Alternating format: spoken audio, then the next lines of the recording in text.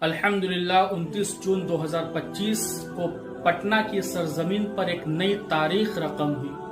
وقف بچاؤ دستور بچاؤ کانفرنس، جس میں 20 لاکھ سے زائد باہوش اور باضمیر افراد نے شرکت کر کے یہ ثابت کر دیا کہ جب امت ایک آواز پر لبیک کہتی ہے تو زمین ہلتی ہے، آسمان جھک جاتا ہے اور باطل کے ایوانوں میں زلزلہ آ جاتا ہے۔ یہ کوئی معمولی اجتماع نہیں تھا۔ بہار، جھارکھنڈ، مغربی بنگال اور دور دراز کے علاقوں سے آنے والے سرفروشوں کا وہ کارواں تھا۔ اس کا ہر فرد چیخ چیخ کر کہہ رہا تھا، ہم اپنے وقوف کا دفاع کرنا چاہتے ہیں، ہم اپنے دستور کا تحفظ کرنا چاہتے ہیں۔ اور یہ سب کچھ ہوا امیر شریعت حضرت مولانا احمد ولی فیصل رحمانی دامت برکاتہم العالیہ کے زیر سائے اور ان کی رہنمائی میں، جن کی آواز پر لبیک کہنا گویا دین، ملت اور شریعت کی حمایت کا اعلان تھا۔